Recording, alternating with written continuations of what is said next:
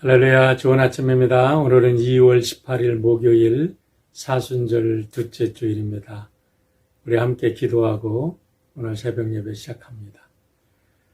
아버지 하나님 감사합니다. 어제부터 사순절이 시작되었습니다. 어제는 제 수요일로 우리들을 되돌아보며 우리들의 모든 죄악을 주님 앞에 내려놓고 기도하는 귀한 시간 허락하여 주셨음을 감사합니다. 이제 사순절이 시작된 이 시점에서 우리 모두 하나님 앞에서 우리 자신과 우리의 가정 그리고 교회의 사명을 새롭게 확인하며 주 앞에 온전한 증인들로 새롭게 태어나는 복된 사순절이 되도록 인도하여 주시옵소서. 이제 새해 복음이 다가옵니다. 우리 사랑하는 성도들, 지난 1년 동안 움츠러들었던 모든 삶에서 새로운 하나님의 은혜로 일어나게 도와주시고 힘차게 내일을 향하여 걸어갈 수 있는 귀한 성도들 되도록 인도하여 주시옵소서. 아직도 몸이 불편하신 분들 치유하여 주시고 마음과 또 경제적으로 어려운 분들에게 새로운 소망 주셔서 믿음 안에서 승리하는 귀한 성도들 되도록 인도하여 주시옵소서. 감사드리며 예수님의 이름으로 기도하옵나이다. 아멘. 네, 오늘은 두 번째 사순절 두 번째 날로 우리 플로리다 템파의 백승린 목사님께서 오늘 말씀 전해주십니다. 오늘 말씀은 이사야 23장 1절로 5절, 15절로 18절 말씀 가지고 목사님 나누십니다. 많은 은혜 있길 바랍니다.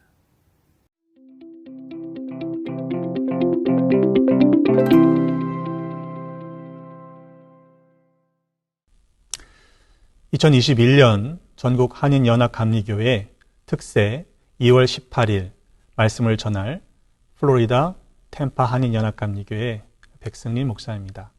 오늘 하나님께서 우리에게 주시는 말씀은 이사야서 23장 1절로 5절 그리고 15절로 18절까지의 말씀입니다. 제가 받들어서 봉독하겠습니다. 두로에 관한 경고라. 타시스의 배들아, 너희는 슬피 부르짖을지어다. 두로가 황무하여 집이 없고 들어갈 곳도 없음이요, 이 소식이 기띔 땅에서부터 그들에게 전파되었습니다. 바다에 왕래하는 시돈 상인들로 말미암아 부요하게 된 너희 해변 주민들아, 잠잠하라. 시올의 곡식 곧 나일의 추수를 큰 물로 수송하여 드렸으니 열국의 시장이 되었도다. 시돈이여, 너는 부끄러워할지어다. 대저 바다 곧 바다의 요새가 말하기를 나는 산고를 겪지 못하였으며 출산하지 못하였으며 청년들을 양육하지도 못하였으며 처녀들을 생육하지도 못하였다 하였습니다. 그 소식이 애굽에 이르면 그들이 두로의 소식으로 말미암아 고통을 받으리로다. 15절의 말씀입니다. 그날부터 두로가 한 왕의 연한같이 70년 동안 잊어버린 바 되었다가 70년이 찬 후에 두로는 기생의 노래같이 될 것이라. 잊어버린 바 되었던 너 음녀여, 수금을 가지고 성읍에 두루다니며 기묘한 곡조로 많은 노래를 불러서 너를 다시 기억하게 하라 하였느니라. 70년이 찬 후에 여호와께서 두로를 돌보시리니 그가 다시 값을 받고 지면에 있는 열방과 음란을 행할 것이며 그 무역한 것과 이익을 거룩히 여호와께 돌리고 간직하거나 쌓아두지 아니하리니 그 무역한 것이 여호와 앞에 사는 자가 배불리 먹을 양식, 잘 입을 옷감이 되리라. 아멘. 하나님의 말씀입니다. 사순절을 맞아서 전국에 있는 한인연합감리교회 교회가 한 말씀으로 은혜를 나누게 되어서 참 감사합니다. 바라기는 이 사순절 기간 동안에 하나님께서 우리에게 같은 마음, 한 마음을 주시기를 주님의 이름으로 축복합니다. 오늘 함께 읽으신 23장의 말씀은 그 전반부에 해당하는 백성들의 심판에 대한 경고의 메시지 가운데 13장으로 23장까지의 말씀이 이방 백성들을 향한 하나님의 또한 심판의 메시지, 경고의 메시지를 담고 있는 가운데 마지막 장에 해당합니다. 23장의 1절로부터 14절까지의 말씀은 과거의 일, 그리고 현재의 그들이 얼마나 교만한 죄를 지었는지, 하나님 앞에 패역한 죄를 지었는지, 멸망의 원인에 대해서 말씀하고 있는 것이고, 또 15절로부터 마지막 18절까지의 말씀은 그러나 그들에게도 하나님께서 다시금 기회를 주시고 돌보시는 회복의 메시지가 담겨 있습니다. 1절의 말씀에 보면 두로에 관한 경고라고 말씀하고 있습니다. 두로라는 나라는 시돈과 함께 자주 등장하고 있습니다. 그래서 이 두로와 시돈은 마치 형제 나라처럼 인근에 접해 있는 해상 무역의 중심지였고, 그로 인해서 아주 부강했던 나라로 소개되고 있습니다. 심지어 다윗이 성전을 지을 재료를 준비할 때 이 두로와 시돈으로부터 백향목을 수입하기도 하죠. 역대상 22장 4절의 말씀에 보면 또 백향목을 무수히 준비하였으니 이는 시돈 사람과 두로 사람이 백향목을 다윗에게로 많이 수운하여 왔음이라, 그렇게 말씀하고 있습니다. 그러니까 다윗을 위해서 백향목을 보낼 정도로 풍요로웠던 나라입니다. 지중해 연안 가운데 그들 때문에 부요를 누렸던 나라들이 많았습니다. 애굽에서 바다를 통해서 곡식물을 수출하고 수입하는 과정 속에서 많은 나라들이 이득을 보았던 것입니다. 하지만 이 두로와 시돈과 함께 등장하는 이 배경에 보면 그들이 신앙적으로 볼 때는 이방 신을 섬기게 되는 그런 죄의 원인을 제공하고 있죠. 열왕기상 16장 30절로 33절의 말씀에 보면 아합 왕에 대한 소개를 하고 있는데, 그가 결혼했던 이세벨이 바로 이 시돈의 출신임을 성경은 밝히고 있습니다. 시돈의 왕이었던 엣바알의 딸이 이세벨입니다.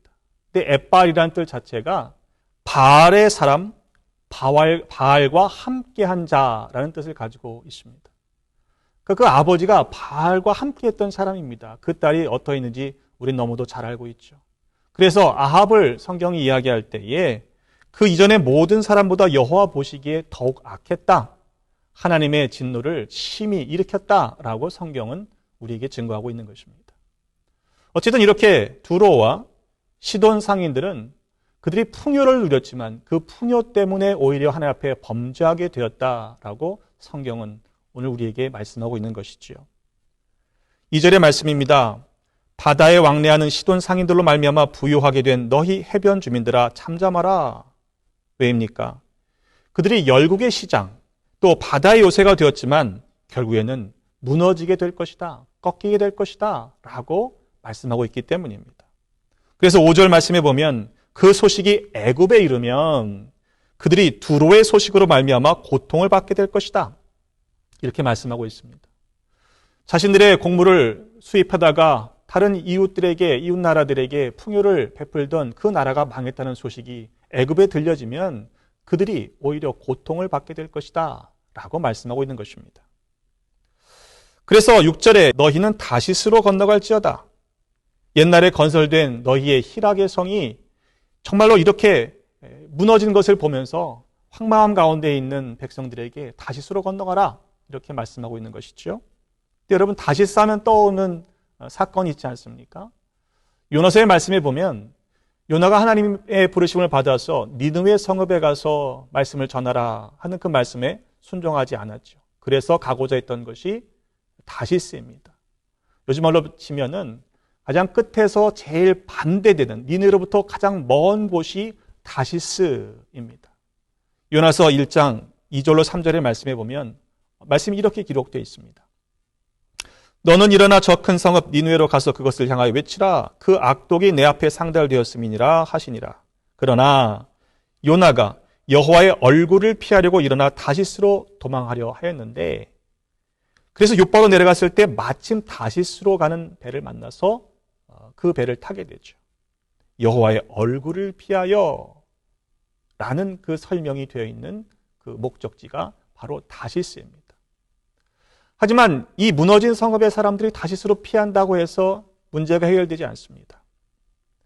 그들은 8절의 말씀에 보면 면류관을 쓰이던 자요, 그 상인들은 고관들이요, 그 무역상들은 세상에 존귀한 자였던 사람들이다. 두로의 상인들이 그랬다는 것입니다. 면류관을 씌워주고 또 고관들로 대접받고 다른 사람들에게 존귀하게 여겨졌던 상인들입니다. 그런데 그 나라가 무너지고 나니 그 모든 영화는 순간적으로 순식간에 사라지고 말게 되는 것입니다. 8절의 하반절은 이렇게 말씀합니다. 두로에 대하여 누가 이 일을 정하였느냐? 9절은 분명하게 선포합니다. 만군의 여호와께서 그것을 정하신 것이라. 만군의 여호와께서 그것을 정하신 것이라. 이스라엘 유다만의 하나님이 아니라 온 우주 만물을 지으시고 다스리시는 하나님이심을 분명히 말씀하고 있습니다. 그들이 그렇게 멸망하게 된 근본적인 이유가 무엇입니까? 교만 때문이죠. 9절의 하반절에 보면 모든 누리던 영화를 욕되게 하시며 세상의 모든 교만한 자가 멸시를 받게 하려 하심이라. 그것이 하나님이 정하신 바다. 이렇게 말씀하고 있는 것입니다. 이 두로와 시돈이 얼마나 교만했는지 에스겔 28장의 말씀을 보면 우리는 그 단서를 찾을 수 있습니다. 에스겔서 28장 2절로 5절의 말씀에 보면 두로 왕에게 이렇게 경고하라 말씀하시죠. 네 마음이 교만하여 말하기를 나는 신이라 내가 하나님의 자리 곧 바다 가운데 앉아 있다 하도다. 오죽 교만했으면 자신이 신이라 생각했고 하나님의 자리에 앉아 있다라고까지 말했겠습니까? 네 마음이 하나님의 마음 같은 채 할지라도 너는 사람이요 신이 아니거늘. 또한 네 큰 지혜와 네 무역으로 재물을 도하고 그 재물로 말미암아 네 마음이 교만해졌다. 그들이 교만하게 된 이유가 무엇입니까? 그렇게 상거래를 통해서 풍부한 수익을 얻어들이고 그 쌓아놓은 재물 때문에 하나님 앞에 교만하게 되었다라고 이야기하고 있는 거예요. 또한 에스겔서 28장 16절로 18절의 말씀에 보면 네 무역이 많음으로 네 가운데에 강포가 가득하여 네가 범죄하였다. 또 17절의 말씀에 네가 아름다움으로 마음이 교만하였으며 네가 영화로움으로 네 지혜를 더럽혔다. 그렇게 말씀하고 있습니다. 여러분, 하나님께서 우리에게 풍요를 주시고 은혜를 더하실 때 그것이 하나님으로부터 허락된 것이라는 사실을 아는 것이 중요합니다. 인정하는 것이 중요합니다. 그런데 우리가 살다 보면 그렇게 되던가요? 내가 누리는 것이 너무 당연하고 내가 수고하고 애써서 얻은 것처럼 우리 착각할 때가 많이 있지 않던가요? 이 팬데믹을 겪으면서 온 세상이 환난 가운데 있을 때 그동안 우리가 누렸던 것들이 당연한 것이라 생각되었지만 우리가 지난 1년 동안 고백하게 되는 것이 무엇입니까? 매일매일 우리가 누리는 것들이 하나님이 주신 은혜였구나 라는 사실을 깨닫게 되지 않으셨습니까? 그런데 그 사실을 잊어버리면 교만해지면 하나님께서 그것을 기뻐하지 않으시고 거두실 수도 있다는 사실을 우리는 마음속에 새겨야 할 것입니다. 신명기 8장 11절로 18절의 말씀도 분명히 미리 하나님께서 경고하셨죠. 내가 오늘 네게 명하는 여호와의 명령과 법도와 규례를 지키라. 그리고 하나님 여호와를 잊지 말도록 삼가 행하라. 네가 먹어서 배부르고 아름다운 집을 짓고 거주하게 되며 또 네 소와 양이 번성하며 네 은금이 증식되며 네 소유가 다 풍성하게 될 때 그때 그러면 만사형통인가요? 다 이루어졌나요? 그런데 하나님은 말씀하세요. 바로 그렇게 될 때에 네 마음이 교만하여 하나님 여호와를 잊어버릴까 염려하신다고 말씀하고 있습니다. 이어지는 말씀 속에서 이스라엘 백성들을 40여 년 동안 광야에서 그렇게 훈련시키신 이유가 무엇입니까? 마침내 네게 복을 주시려고 그렇게 시험하셨다라고 말씀하시는데 신명기 8장 17절로 보면 그러나 네가 마음에 이르기를 내 능력과 내 손의 힘으로 내가 이 재물을 얻었다 말할 것이라. 네 하나님 여호와를 기억하라. 그가 네게 재물 얻을 능력을 주셨음이라 라고 분명하게 말씀하셨습니다. 여러분, 우리가 누리는 것들이 내가 잘나서 내가 능력이 있어서 내가 지혜로워서 얻어진 것이 아니라는 사실을 알아야 합니다. 하나님께서 그 능을 주셨다는 사실을 여러분 인정하시기를 바랍니다. 그래야 그것이 마침내 복이 됩니다. 그 사실을 알지 못하면요, 그 많은 것들이 주어졌음에도 불구하고 그것을 누릴 수가 없는 거예요. 그것이 복이 아니라 오히려 화가 되기도 한다는 사실을 우리는 주의해야 할 것입니다. 에스겔서 28장의 말씀에 보면 때문에 이 시돈을 향해서 이렇게 말씀을 선포하라 라고 말씀하시는데 내가 그에게 전염병을 보내며 그의 거리에 피가 흐르게 하리니 사방에서 오는 칼에 상한 자가 그 가운데에 엎드러질 것인즉 무리가 나를 여호와인 줄을 알겠고. 이어지는 말씀 속에서 계속 반복하시는 이야기가 무엇입니까? 하나님이 원하시는 게 뭐예요? 내가 여호와다. 내가 하나님이다. 내가 이 모든 것들을 주관하는 참 하나님이다. 라는 사실을 반복해서 말씀하십니다. 여러분 그것을 아는 것이 중요합니다. 10절로의 오늘 본문의 말씀을 보면 딸 다시 쓰여 나일같이 너희 땅에 넘칠지어다 너를 속박함이 다시는 없으리라 하시면서 12절 하반절에 일어나 기띔으로 건너가라 거기에서도 네가 평안을 얻지 못하리라 말씀하십니다. 분명히 문제를 만나면요 나름대로 그 문제를 해결하기 위해서 우리는 대처하지 않습니까? 기띔으로 피하라 라고 하셨으니까 그곳으로 가면 뭔가 해결이 될 것 같지만 아니 거기서도 평안을 얻지 못할 것이다 말씀하십니다. 여러분 우리가 환난을 당하고 어려운 일들을 당할 때 내가 어쩔 수 없는 상황 가운데 처해 있을 때 여러분 어떻게 하십니까? 낭망하고 주저앉아 계십니까? 아니면 내가 뭐라도 해보겠다라고 그렇게 더 마음을 쓰고 계시지는 않습니까? 여러분 이것이 하나님이 작정하신 일이라면 하나님께서 일하시는 것을 우리가 잠잠히 기다려야 할 줄로 믿습니다. 또한 하나님 안에 거함으로 말미암아 하나님이 주시는 평안을 누리시는 모두가 되시기를 주님의 이름으로 축복합니다. 예수님도 말씀하셨죠. 요한복음 14장 27절의 말씀입니다. 평안을 너에게 끼치노니 곧 나의 평안을 너에게 주노라. 내가 너에게 주는 것은 세상이 주는 것과 같지 아니하리라. 너희는 마음에 근심하지도 말고 두려워하지도 말아라. 여러분 세상이 주는 평안과 분명히 다른 평안을 우리 주님께서 주신다라고 말씀하셨습니다. 편안한 것 말고요. 평안을 누리시기를 주님의 이름으로 축복합니다. 우리는 환난을 당해서 이 팬데믹 가운데 불편하죠. 만나고 싶은 사람 마음껏 만나지 못하고 예배도 온전히 드리지 못하고 여러 가지 불편한 마음들을 가지고 살아가지 않습니까? 우리의 삶이 불편해졌어요. 하지만 하나님 안에서 평안을 빼앗기지 마시기를 바랍니다. 하나님이 주시는 평안이 우리에게 있기에 그 약속이 분명히 이루어진다는 사실을 믿기에 여러분 평안을 누리시기를 주님의 이름으로 축복합니다. 결국 그 견고한 성, 아름다운 그 성읍들이 무너지게 될 때 우리가 피할 바는 어디입니까? 그들이 의지했던 견고한 성읍은 더 이상 무너져서 돌아갈 항구조차도 보이지 않습니다. 견고한 성이 파괴되었고 열국의 시장, 바다의 요새, 희락의 성, 그 모든 것들이 없어지고 난 그때에 그들이 돌아가야 할 곳이 과연 어디였을까요? 시편 18편 2절의 말씀은 우리가 돌아가야 할 피난처는 바로 하나님이심을 이렇게 고백하고 있습니다. 여호와는 나의 반석이시오 나의 요새시오 나를 건지시는 이시오 나의 하나님이시오 내가 그 안에 피할 나의 바위시오 나의 방패시오 나의 구원의 뿌리시오 나의 산성이시라고 고백합니다. 여러분 우리에게 주어진 은혜는 하나님께로 피할 수 있는 기회가 있다라는 사실 때문입니다.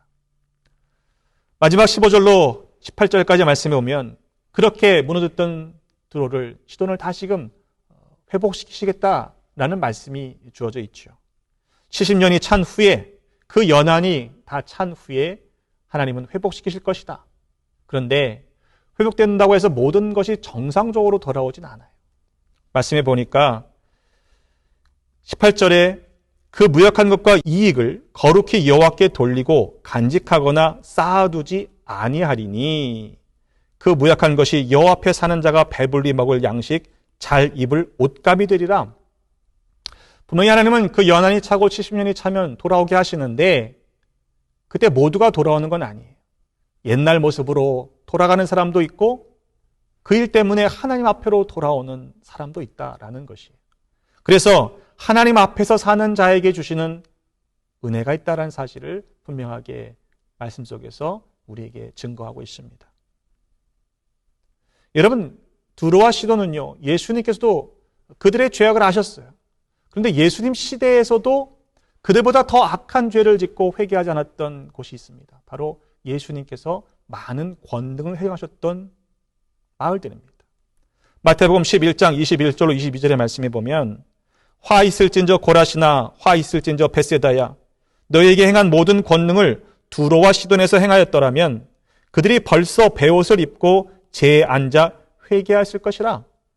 내가 너에게 이르노니 심판날에 두로와 시돈이 너희보다 견디기 쉬울 것이다 라고 말씀하셨습니다. 여러분, 우리에게 동일한 말씀이 선포된다고 할 때에 과연 우리는 두로와 시돈보다 하나님 보시기에 의롭게 살아가고 있다라고 과연 자신할 수 있을까요? 하나님의 권능이, 능력이, 역사가 일어나지 않은 것이 아닙니다. 분명히 더 많은 능력을 행하셨던 곳임에도 불구하고 주님은 이렇게 말씀하세요. 내가 이 행한 권능을 두로와 시돈에서 행했더라면 그들은 벌써 회개했을걸?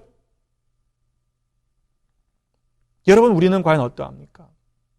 이 시대의 교회가 다시금 회복해야 할 모습이 어떠한 모습이어야 할까요? 요한계시록 3장 17절로 19절의 말씀에 보면 라오디게아 교회를 향해서 이렇게 주님은 말씀하십니다. 그들의 문제가 무엇이었습니까? 네가 말하기를 나는 부자라 부요하여 부족한 것이 없다 하나 실상은 무엇입니까? 네 곤고한 것과 가련한 것과 가난한 것과 눈먼 것과 벌거벗은 것을 알지 못한다. 그러니 회개해라, 열심을 내라 라고 말씀하셨습니다. 교회를 향한 주님의 경고의 메시지.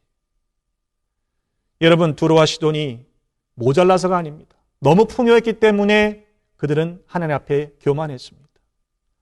우리가 당하는 이 환난의 때에 우리의 모습을 돌아보시기를 간절히 바랍니다. 그래서 내가 혹 교만해서 우리가 너무 풍요롭기 때문에 하나님을 필요로 하지 않고 하나님께 구하지 않았기 때문에 당하는 일들은 아닌가, 우리 스스로를 한번 살펴보는 기회로 삼으시기를 간절히 바랍니다. 여러분, 모든 것이 무너져서 낙심한 가운데 있는 분들이 있습니까? 낙심하지 마시기를 바랍니다. 하나님이 회복시키실 것이기 때문에 그렇습니다.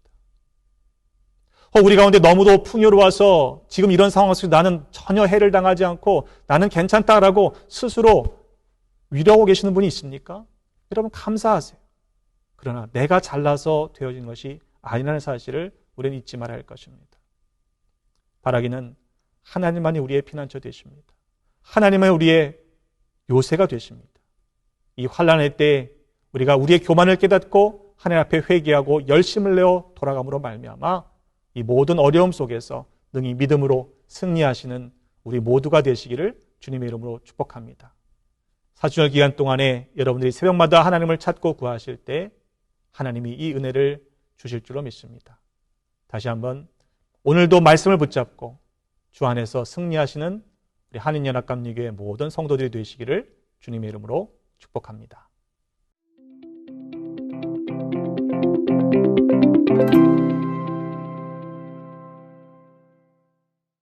네, 귀한 말씀 나눠주신 목사님에게 감사드리고요. 우리 함께 다시 한번 교회를 위해서 기도합니다. 이제 아이들 학교도 초등학교부터 오픈이 된다고 합니다. 하지만 아직 우리 선생님들과 우리 학생들이 백신을 맞지 않았기 때문에 좀 시간은 걸리겠지만 이제 조만간에 우리 아이들이 학교를 가게 될 것 같습니다.